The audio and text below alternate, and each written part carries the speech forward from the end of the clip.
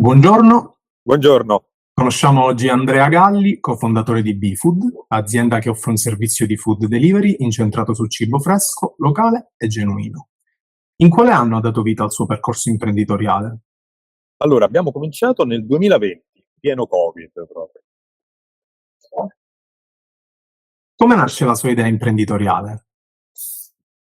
Allora, diciamo che era qualcosa che era in pancia sicuramente, poi c'è stato il Covid, che ha accelerato notevolmente i tempi e la realizzazione, anche perché il precedente lavoro improvvisamente mi sono ritrovato in cassa integrazione, visto che insomma era tutto bloccato, e a quel punto nel giro di 2 mesi abbiamo pivottato e cambiato tutto quello che c'era da cambiare. E a maggio 2020 abbiamo acquisito la prima bottega, abbiamo contrattualizzato la prima bottega, con difficoltà operative enormi, ma insomma adesso siamo qui dopo 5 anni, quindi le cose stanno andando bene.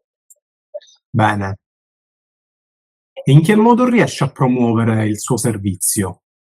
Si tratta di un marketplace e-commerce, quindi chiaramente tutte le attività che noi abbiamo in termini di comunicazione, abbiamo lavorato molto sul digitale, e quindi dai social a un'attività di SEO organica piuttosto che AdWords, e abbiamo integrato quindi in una logica multicanale anche attività offline, legandoci un pochino alle botteghe sul territorio, quindi facendo eventi ad esempio sul territorio, nel quartiere, per promuovere il brand in collegamento con tutte le botteghe che fanno parte del circuito, sfruttando il collegamento e la visibilità che queste botteghe avevano a livello territoriale. Insomma, sicuramente l'attività digitale è quella che poi ha portato i maggiori frutti, anche perché, come dire, c'è più prossimità intanto c'è una misurabilità, e poi comunque per un e-commerce è fondamentale avere degli strumenti di comunicazione online che convertano immediatamente gli utenti in clienti che ordinano, insomma, nelle nostre botteghe.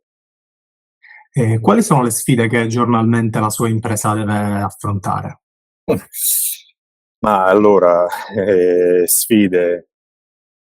Intanto, all'inizio soprattutto combattere la diffidenza, che chiaramente era legata a un servizio innovativo come il nostro. Oggi magari sembra abbastanza banale il food delivery, ma nel 2020 non lo era, o non lo era così comunque, come soprattutto in certe aree dove comunque, almeno all'inizio quando lo proponevamo, insomma, ci guardavano con uno sguardo un pochino sbarrato, di chi veniva un po' dalla luna a proporre chissà cosa.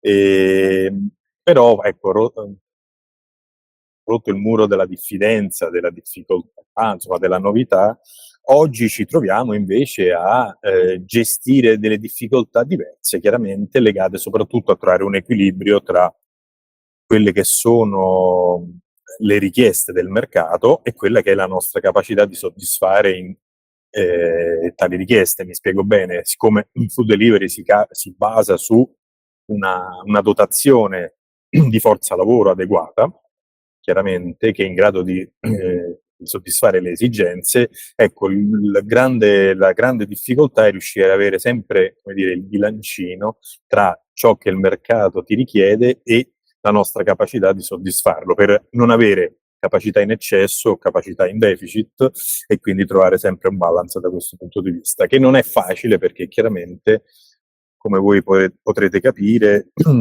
innanzitutto la gestione della forza lavoro non è mai così semplice, e dall'altra anche riuscire ad acquisire una domanda stabile, soprattutto nel food delivery, che ha vissuto periodi di picco, periodo di calo, periodi di contrazione, insomma abbiamo avuto varie fasi in questi anni e quindi siamo stati, devo dire, anche bravi e fortunati a riuscire, insomma, sempre a rincorrere in qualche modo e non mai riuscire a programmare. Stiamo entrando in una fase un po' più matura, fortunatamente, in cui dopo tanta fatica da questo punto di vista riusciamo ad avere dei dati un pochino più stabili, e quindi questo ci permette anche di programmare meglio e di riuscire a non rincorrere più, ma riuscire ad organizzare meglio il nostro lavoro, che è stata sicuramente una sfida difficile, ma che insomma adesso piano piano stiamo riuscendo a vincere da questo punto di vista, anche perché è fondamentale evitare il più possibile disservizi, sia lato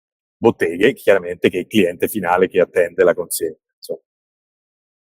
Bene, come ultima domanda le vorrei chiedere quale consiglierebbe a una o a un giovane che stanno per approcciarsi al mondo del lavoro. Ma allora, mi piace questa domanda. Beh, innanzitutto siate resilienti, tenete duro, tenete botta, non mollate mai, mai, mai, perché per quella che è la mia piccola esperienza, che poi tanto piccola non è, di relazione con i ragazzi, troppo spesso mi trovo a dire loro non vogliate tutto e subito, insomma, sappiate darvi il tempo necessario per arrivare ai risultati. Altra cosa, e poi seguite le vostre passioni, i vostri sogni, assolutamente, non mollateli, non lasciateli nel cassetto, fateli uscire, perché poi non c'è niente di più bello che lavorare per qualcosa che effettivamente vi dà passione, insomma, che vi permette di realizzarvi come persone. E quindi, per favore, non accontentatevi mai, mai. E lanciatevi, insomma, perché è tanto bello lanciarsi. Al massimo cadete, ma poi tanto vi rialzate. Grazie Andrea per la tua Grazie testimonianza, a voi. complimenti per la tua azienda. Grazie, grazie. Ciao a tutti. Buona In giornata. bocca al lupo. Ciao.